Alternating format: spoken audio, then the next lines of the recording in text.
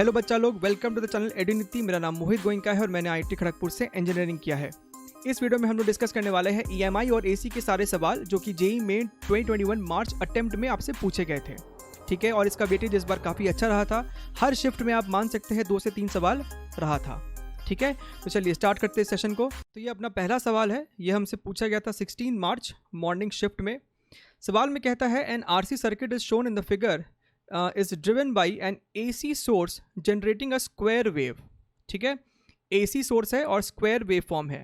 The output wave pattern monitored by CRO would look close to what? ठीक है, so CRO is basically a cathode ray oscilloscope, right? So वो basically एक device होगा जहाँ पे आपको वेव पैटर्न दिखाई देगा, राइट? कैपेसिटेंस के अक्रॉस जो भी आउटपुट आ रहा है उसको वो वेव फॉर्म में कन्वर्ट करके अब एक इमेज फॉर्म में दिखाता है स्क्रीन पे। तो हमें बताना है कि कौन सा वाला पैटर्न अप्रॉक्सीमेटली सही है। ठीक है, अच्छा अब एक बात को समझिए आप, आपके पास जो इनपुट वेव है, आपके पास जो इनपुट है that is an alternating source, right? और स्क्वायर वेव फॉर्म है। So let me draw over here a square wave form something like this. इसको मैं डॉटेड से दिखा रहा हूँ और बोल्ड से I will show the output wave form. ठीक है, so this much is I think sufficient. अच्छा, अब आप ध्यान से देखिए, ड्यूरिंग दिस इंटरवल आपको पॉजिटिव सप्लाई है। ठीक है, अगर ये आपका ईएमएफ वर्सेस टाइम का है तो पॉजिटिव वोल्टेज है। तो इस टाइम ड्यूरेशन में आपका कैपेसिटर चार्ज हो रहा होगा। सो चार्जिंग के लिए जो ग्राफ होता है that is something like this, है ना? अब इस ड्यूरेशन में यहाँ से लेके यहाँ तक के लिए जब आपका नेगेटिव ईएमएफ है, during that duration your capacitor is going to discharge, right? So discharging का ग्राफ कुछ ऐसा दिखेगा, है ना? And this pattern is going to repeat again and again. फिर से आपका पॉजिटिव है तो आपका चार्जिंग चालू हो जाएगा and again discharging is going to happen. So the correct approximate option looks like option number 3। ठीक है, चलिए आगे बढ़ते हैं। अगला सवाल क्वेश्चन नंबर 2। ठीक है, इसे थोड़ा सा घसका देते हैं। अच्छा, a conducting bar of length L is free to slide on 2 parallel conducting rails as shown in the figure. सवाल 16 मार्च, अगेन मॉर्निंग शिफ्ट का ही है। ठीक है, तो ये आपके सामने 2 पैरेलल रेल्स है और ये आपका एक बार है जिसका लेंथ हमको कैपिटल L दे रखा है। This bar is moving towards left with a velocity v। इस वाले का रेजिस्टेंस R1 है, इसका रेजिस्टेंस R2 है और मैग्नेटिक फील्ड यूनिफॉर्म है which is into the plane. ठीक है, the correct statement about the directions of induced current I1 and I2 flowing through R1 and R2 respectively is what? बढ़िया है। अब ध्यान से देखिए, इस पूरे में हमें बस ये जज करना है that what is the induced EMF in this bar, उसका पोलैरिटी कैसा है, that is the main target over here। एक बार वो पता चल जाएगा तब कुछ नहीं बचेगा। अब आप ध्यान से देखिए, आपके पास ये एक रॉड है, एक बार है जो कि इस डायरेक्शन में मूव कर रहा है और magnetic field into the plane है। ठीक है, सो EMF जो इसमें इंड्यूस होगा that is going to be given by BVL। उसका डायरेक्शन निकालने के लिए क्या करते हैं, direction of EMF is decided by V cross B, right? तो आप अपना राइट हैंड का इस्तेमाल करके V क्रॉस B का डायरेक्शन पता कीजिए, वो आपको आएगा इन दी डाउनवर्ड डायरेक्शन। ठीक है, डाउनवर्ड डायरेक्शन में आपको आएगा V cross B, which means higher potential नीचे होगा और lower potential of the cell ऊपर की तरफ होगा। तो इस तरीके से आपका EMF इंड्यूस होगा इस रॉड में, राइट? सो यहाँ पे ड्रॉ कर देते हैं ये चीज़। This is the EMF induced which is basically BVL, right? अब इस EMF के कारण आपको दिखाई दे रहा होगा कि इसमें करंट I1 ऐसे फ्लो करेगा और इसमें करंट I2 इस तरीके से फ्लो करेगा। तो हम कह सकते हैं कि I1 is going to be clockwise and I2 is going to be anti clockwise. ठीक है, सो ऑप्शन नंबर 3 देखिए, I1 is in clockwise direction and I2 is in anti clockwise direction, right? चलिए आगे बढ़ते हैं। अगला सवाल question number 3। A sinusoidal voltage of peak value 250 volt is applied to a series LCR circuit in which resistance दे रखा है, L दे रखा है, C दे रखा है। The value of power dissipated at resonant condition is x kilowatt. The value of x to the nearest integer is what? ठीक है। तो हमसे सवाल में कह रहा है कि रेजोनेंट कंडीशन है, रेजोनेंट कंडीशन में पावर जो होता है that is simply E square R M S divided by R. ठीक है, ये आपको इक्वेशन होगा पावर का इन रेजोनेंट कंडीशन। अगर किसी को इसमें दिक्कत भी है तो जनरल फॉर्मूला जो होता है that is E R M S multiplied by I R M S multiplied by cos phi. ठीक है, so this is E R M S, I R M S को आप लिख सकते हो E R M S divided by Z, और cos phi आपका होता है क्या चीज़, ये आपका होता है आर बाई जेड। लेकिन रेजोनेंट कंडीशन में जेड जो होता है वो आपको आर के बराबर होता है, impedance is basically equal to R. So यहाँ से ये दोनों कैंसिल हो जाएगा और ये जेड को हम रिप्लेस कर देंगे आर से, तो यही फॉर्मूला मेरा बन जाएगा, है कि नहीं। अब यहाँ पे आपको वैल्यूज पुट करना है। हमें ये ई नॉट दिया है, this is the peak value of voltage, so E R M S को हम लिख सकते हैं E naught by root two, है ना। तो स्क्वायर करेंगे so this becomes E naught square divided by two R. अब ई नॉट की वैल्यू 250 है, so 250 multiplied by 250 divided by 2 into resistance is your 8। ठीक है, इसे आपको डिवाइड करना है, सॉल्व करना है। इसे जब आप डिवाइड करेंगे तो आपको आएगा 3906.25 वाट, ठीक, विच इज 3.9 किलो वाट, और हमें राउंड ऑफ करना है, so this becomes your 4 kilowatt, 4 kilowatt. So X is going to be equal to 4।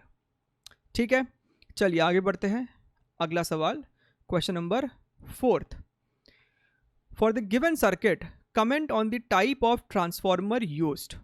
ठीक है, तो ये आपको इनपुट में 220 वोल्ट है, प्राइमरी साइड में 220 वोल्ट है, सेकेंडरी साइड में ध्यान से देखिए आउटपुट पावर 60 वॉट है और करंट 0.11 एम्पियर है। ठीक है, so output power is basically equal to V2 multiplied by IL। Now यहाँ से हम V2 निकाल सकते हैं, this V2 is going to be 60 watt divided by IL and IL is 0.11, right. This is 6000 divided by 11। अब clearly दिख रहा है कि ये वैल्यू जो है वो आपको 500 से तो ज़्यादा ही है, एग्जैक्टली बोला जाए so this is going to be 545.45 volt, right.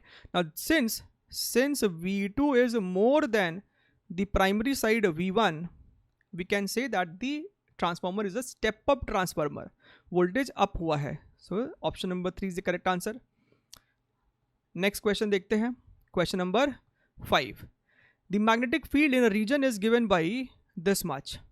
ठीक है, ध्यान से देखिए ये कांस्टेंट या यूनिफॉर्म मैग्नेटिक फील्ड नहीं है, x के साथ वेरी कर रहा है। A square loop of side D is placed with its edges along the x and y axis. The loop is moved with a constant velocity this much. The EMF induced in the loop is what? ठीक है, और magnetic field का direction आपको दिया हुआ है, that is the out of the plane. अच्छा, okay, now let us see over here. मान लीजिए कि कुछ समय बाद लूप x कोऑर्डिनेट पे है। Look here very very carefully. Suppose ये आपका लूप है, after time T loop move करते करते यहाँ तक पहुँच गया है, राइट।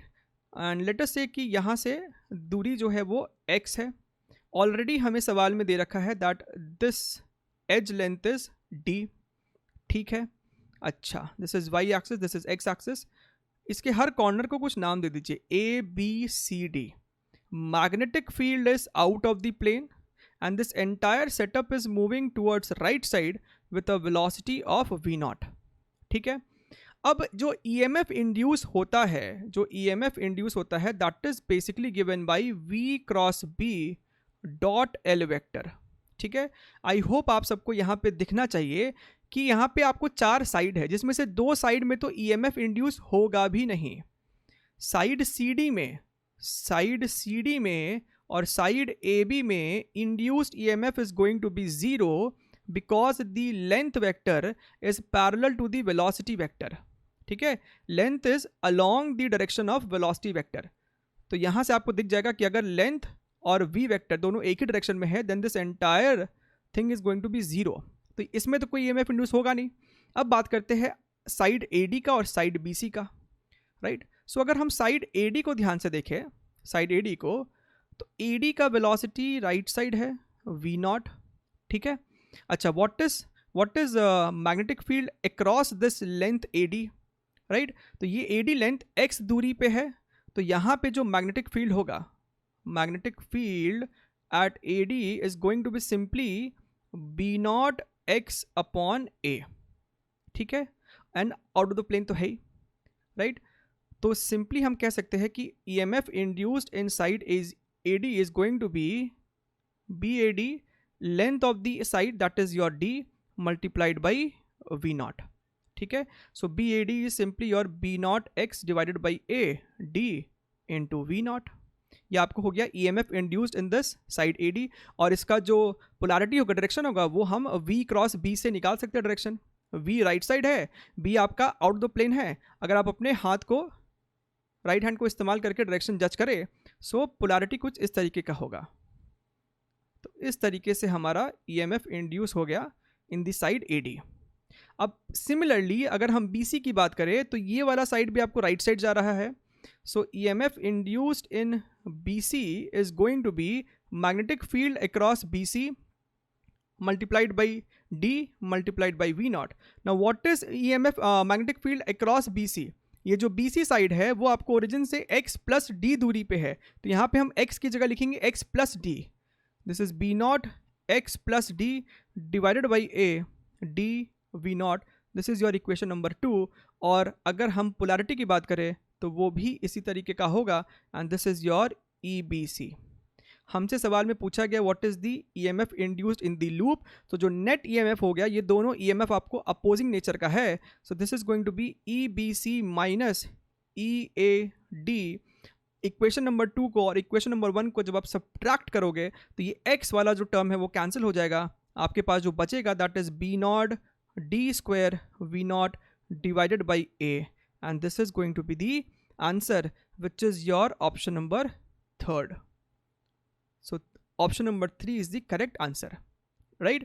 I hope आपको यहाँ पे समझ में आ रहा है। और ये पोलैरिटी निकालने के लिए जो आपको V क्रॉस B का तरीका है वो आपको डेफिनेटली आना चाहिए, right? How to find out the direction of V cross B। So basically cross product का डायरेक्शन आपको जज करना आना चाहिए बाय यूजिंग एनी रूल, जो भी रूल आपको समझ में आता है, right hand rule, palm rule, whatever, ठीक।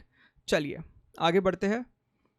अगला सवाल क्वेश्चन नंबर 6। नाउ ये सेम क्वेश्चन बस अलग लैंग्वेज में आपसे पूछा गया था फेब्रुअरी अटेम्प्ट में, राइट? सेम डेटा था, सेम इसका आंसर भी आने वाला है। And AC current is given by this watch, a hot wire ammeter will give a reading what. तो फेब अटेम्प्ट में हमसे डायरेक्टली पूछा था कि बताइए IRMS कितना होगा, यहाँ पे हमसे पूछता कि हॉट वायर अमीटर का रीडिंग कितना होगा। So basically hot wire ammeter आपको IRMS ही मेजर करता है, which is I not divided by √2।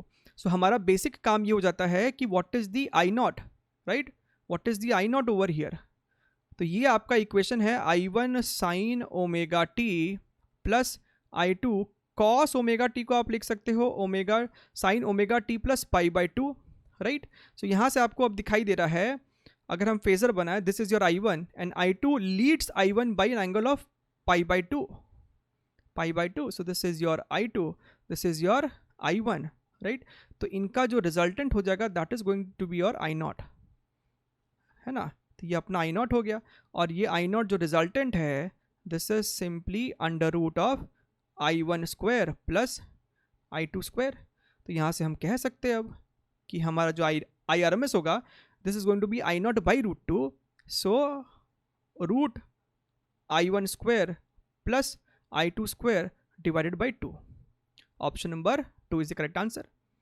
चलिए moving on to the next question, question number 7th। So match the following है बेसिकली, और ये प्योर थ्योरी बेस्ड क्वेश्चन है। आपके पास 4 अलग अलग कंडीशन है, राइट? सबसे पहला है for example phase difference between current and voltage in a purely resistive AC circuit. तो हमें पता है कि प्योरली रेजिस्टिव सर्किट में जो फेज डिफरेंस होता है between voltage and current that is basically 0। तो ये वाला आपको ऑप्शन नंबर 2 से मैच करता है। सेकंड देखिए, phase difference between current and voltage in a purely inductive AC circuit is. तो एक प्योरली इंडक्टिव AC सर्किट में फेज डिफरेंस आपको होता है पाई बाई 2 का, where voltage leads the current और करंट लैग्स द वोल्टेज, है ना? तो कहाँ है लैग वाला टर्म? यहाँ पे है, तो बी वाला आपको 3 के साथ मैच करेगा। C, phase difference between current and voltage in a pure capacitive circuit. तो फेज डिफरेंस तो पाई बाई 2 का होगा, और कैपेसिटिव सर्किट में करंट लीड करता है वोल्टेज को, current leads the voltage, right, हो गया। Phase difference between current and voltage ना LCR सर्किट, यही वाला ऑप्शन है, ठीक है। तो क्या हो रहा है, ए का 2, बी का 3, सो 2 3 1 4, 2 3 1 4, ऑप्शन नंबर 4, ठीक है। हैविंग सेड दैट, इस चीज़ को याद रखने का, डेफिनेटली आपने इवन NCERT में भी, CBSE में भी हम लोग इसको पढ़ते ही है। इसका फेजर अगर आपको ध्यान में है तो बड़ी आसानी से आप चीज़ों को याद रख सकते हैं। ये वाला फिगर बस याद रहना चाहिए, right. This is the current phasor. तो पोटेंशियल अक्रॉस रेजिस्टर इस तरीके से दिखाते हैं, this is your potential across inductor and potential across capacitor. तो यहीं से आपको सब समझ में आ जाएगा कि करंट और VR के बीच में फेज डिफरेंस 0 है, करंट और VL के बीच में फेज डिफरेंस π/2 का है, जहाँ पे पोटेंशियल लीड कर रहा है, ठीक है। एंड करंट एंड VC के बीच में भी फेज डिफरेंस π/2 का है, लेकिन यहाँ पे पोटेंशियल लैग कर रहा है, या फिर आप कह सकते हैं कि करंट लीड कर रहा है, ठीक है, करंट लीड कर रहा है। तो इस तरीके से हमें ये तीनों याद हो सकता है बड़ी आसानी से। और ये चौथा जो नंबर है वो तो आपका एक फॉर्मूला है जो कि हमें याद रहना ही चाहिए, ठीक। चलिए आगे बढ़ते हैं। Moving on to the next question, question number 8, what happens to the inductive reactance and the current in a purely inductive circuit if the frequency is halved, ठीक है। तो आपके पास सवाल में कह रहा है कि एक प्योरली इंडक्टिव सर्किट है, दिस इज L, तो इसका जो इंडक्टिव रिएक्टेंस हो जाएगा XL, that is given by omega L और रादर 2 पाई F इंटू L, ठीक है, ये आपका XL होता है। अब सवाल में हमसे क्या कह रहा है, if the frequency is halved, अगर F को हमने हाफ किया है तो ये भी आपका हाफ्ड हो जाएगा, ये भी आपका हाफ हो जाएगा, राइट। और करंट जो होगा that is your I0 will be E0 by XL। तो अगर XL हाफ हो गया तो करंट आपका डबल हो जाएगा, so this gets doubled, right. So inductive reactance will be halved and current will be doubled. So option number 2 is the correct answer, right? चलिए आगे बढ़ते हैं। अगला सवाल, question number 9th, 4 identical long solenoids ABCD are connected to each other as shown in the figure. If the magnetic field at the center of A is 3 Tesla, the field at the center of C would be how much? ठीक है, अच्छा, तो magnetic field जो होता है that is basically given by μ0 n into I। अगर इस वाले में I करंट है, राइट, और चारों आपको आइडेंटिकल है, इस वाले में जब I करंट था तो कहता है कि A के सेंटर में मैग्नेटिक फील्ड जो है दैट इज योर 3 टेस्ला, ठीक है। तो बताइए C के सेंटर पे क्या होगा। अब यहाँ से जब I करंट फ्लो कर रहा है, तीनों आपको आइडेंटिकल है, तो करंट डेफिनेटली इक्वल डिवाइड हुआ होगा। I/3 करंट C से पास कर रहा है, ठीक है। तो अगर C में करंट 1/3 हो गया है, 1/3 हो गया है और आइडेंटिकल है सब कुछ, तो इसमें मैग्नेटिक फील्ड भी तो 1/3 हो जाएगा, क्योंकि फील्ड जो होता है it is proportional to I, right. तो यहाँ पे अगर करंट 1/3 हुआ है तो फील्ड भी 1/3 हुआ होगा। तो बाहर वाले में अगर 3 टेस्ला है तो इसमें 1 टेस्ला होगा, खत्म, ऑप्शन नंबर 4, ठीक है। चलिए moving on to the next question, question number 10th, in a series LCR resonance circuit, if we change the resistance only from a lower to higher value, हमसे सवाल में कहता है कि LCR रेजोनेंट सर्किट है और सिर्फ रेजिस्टेंस को इंक्रीज किया गया है, then we have to comment on bandwidth, resonance frequency, quality factor. तो एक बार पहले सबका इक्वेशन तो लिख लेते हैं हम लोग। जो आपका बैंडविड्थ होता है delta omega, that is basically given by R/L, right. Next is your quality factor. Quality factor is basically given by resonant frequency upon delta omega. Resonant frequency आपका होता है 1/√LC और डेल्टा ओमेगा तो हमने यहाँ पे लिखा हुआ ही है, सो ये आपको बन जाएगा L/R, right. So this is 1/R√L/C, ठीक है। अब आप ध्यान से देखिए, अगर आपने रेजिस्टेंस को बढ़ाया है तो आपका बैंड विड्थ भी इंक्रीज करेगा, राइट। अगर आपने सिर्फ रेजिस्टेंस को बढ़ाया है, तो क्वालिटी फैक्टर आपका घटेगा, this has to go down because R is increasing, right. और रेजोनेंट फ्रीक्वेंसी पे कोई इंपैक्ट नहीं पड़ेगा, क्योंकि resonant frequency depends only on L and C, ठीक है। चलिए अब ऑप्शन पढ़ते हैं। The bandwidth of a resonance circuit will increase, that's true. अभी हमने जस्ट देखा है आर को बढ़ाएंगे तो आपका बैंड विड्थ बढ़ेगा। The resonance frequency will increase, resonant frequency पे कोई फर्क नहीं पड़ेगा क्योंकि एल और सी पे वो डिपेंड करता है। The quality factor will increase, गलत है, हमने देखा है कि आर को बढ़ाने से क्यू घटता है। The quality factor and the resonant frequency will remain constant, ये भी गलत है। सो ऑप्शन नंबर 1 अपने को साफ साफ दिख रहा है, सही जवाब है। आगे बढ़ते हैं, अगला सवाल question number 11th। An AC source rated 220 volt 50 hertz is connected to a resistor. The time taken by the current to change from its maximum to the RMS value is how much? ठीक है, अच्छा, resistor के across है ना। सो मान लेते हैं आपका current is given by I is equal to I naught sine of omega t, right. अब ये सवाल एग्जैक्टली आपको सिंपल हार्मोनिक इमोशन में जो हम लोग सवाल करते हैं वैसा ही है। दिस इज जस्ट लाइक, अगर हम लोग इसे उससे कोरिलेट करें, this is current 0, this is your peak current I not, तो हमसे पूछ रहा है, हमसे ये पूछ रहा है and I R M S is what, I naught by root 2। So question is asking कि मैक्सिमम से आई नॉट बाई रूट 2 आने में कितना टाइम लगेगा, यही पूछ रहा है ना। The time taken by the current to change from its maximum to the R M S value is how much, right. So हमसे ये वाला टी पूछ रहा है, यहाँ से यहाँ का पूछ ले या फिर यहाँ से यहाँ का पूछ ले, बात एक ही है, ठीक है। अच्छा, अब देखिए यहाँ से लेके 0 से लेके मैक्सिमम तक जाने का जो टाइम होगा that is definitely t by 4, T being the time period of 1 cycle, ठीक है। t is basically 2 pi by omega, तो 0 से लेके एम्पलीट्यूड तक जाने का टाइम होगा t बाई 4। हमें बस ये निकालना है कि what is time taken from here to here, let us call this as t1। तो ये वाला टाइम निकालने के लिए क्या करेंगे, t बाई 4 माइनस t1 कर देंगे, तो हमें बस t1 निकालना है। तो 0 से आई नॉट बाई रूट 2 जाने में कितना टाइम लगता है, i की जगह आई नॉट बाई रूट 2 पुट करो, this is your I not, this is your omega को लिख सकते हैं 2 पाई बाई कैपिटल टी और t की जगह लिख दिया t1, राइट। ध्यान से देखिए आई नॉट साई नॉट खत्म हो गया, राइट। सो हम यहाँ से कह सकते हैं कि ये जो पूरा चीज़ है that is nothing but pi by 4, क्योंकि यहाँ पे आपको 1 बाई रूट 2 है। सो हम लिख सकते हैं pi by 4 is equal to 2 pi by capital T multiplied by t1, right. Pi से पाई आपका खत्म हो गया, तो यहाँ से आपका t1 आ जाएगा capital T by 8, right.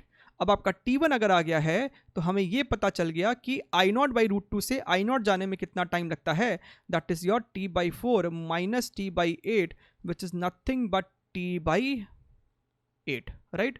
And what is t, time period को हम 1 बाई एफ भी लिख सकते हैं। सो this is your 1 by F into 8, और हमें f दिया हुआ है सवाल में that is your 50। So 50 into 8, 50 into 8 seconds, और इसे अगर आप मिली सेकेंड में कन्वर्ट करेंगे तो आपको दिखेगा कि 2.5 मिली सेकेंड आपका आंसर आ जाएगा। This is your option number 1, ठीक है। अच्छा, तो ये तो एक तरीका हो गया, इससे हम लोग इस सवाल को डेफिनेटली सॉल्व कर सकते हैं। लेट अस सी वन मोर मेथड जो हम सिंपल हार्मोनिक में तो डेफिनेटली देखते हैं, फेजर मेथड, उसे यहाँ पे अप्लाई करेंगे अगर तो डेफिनेटली और जल्दी सॉल्व कर पाएंगे हम इस सवाल को। ध्यान से समझिएगा, understand very very carefully, right. Okay, so let us say this is the amplitude phasor vector, ठीक है, राइट। सो अगर इसका प्रोजेक्शन हमने यहाँ पे लिया है and this is late us से आई नॉट बाई रूट 2, तो इस पोजीशन वेक्टर को पॉइंट ए से पॉइंट बी पे जाना है। जिसे ये वाला कॉन्सेप्ट आता है, समझ में आता है, they will definitely understand and relate, right. Try to understand. अभी फेजर वेक्टर आपका यहाँ पे है ए पॉइंट पे, उसे बी पॉइंट पे जाना है, राइट। ए का प्रोजेक्शन लिया था तो आई नॉट बाई रूट 2 था, और बी पे जब आ जाएगा तो वो आपको आई नॉट हो जाएगा। तो सवाल में यही पूछा है कि आई नॉट बाई रूट 2 से आई नॉट जाने में क्या टाइम लगता है। So you just need to calculate what is this angle theta. जब ये फेजर वेक्टर यहाँ से यहाँ पे आएगा तो कितना एंगल कवर करेगा, तो ये एंगल थीटा आपको दिख जाना चाहिए। कैसे, because this is I not, this is I not, तो आप कॉस थीटा लगा लो। Cos theta is base by hypotenuse, वो आपको आ जाएगा 1 बाई रूट 2, यानी कि ये एंगल आपको हो गया है pi by 4, right. And theta is basically equal to omega into t. Theta हमारा आया है पाई बाई 4, ओमेगा है मेरा 2 पाई बाई कैपिटल टी और other 2 pi F multiplied by small T, right.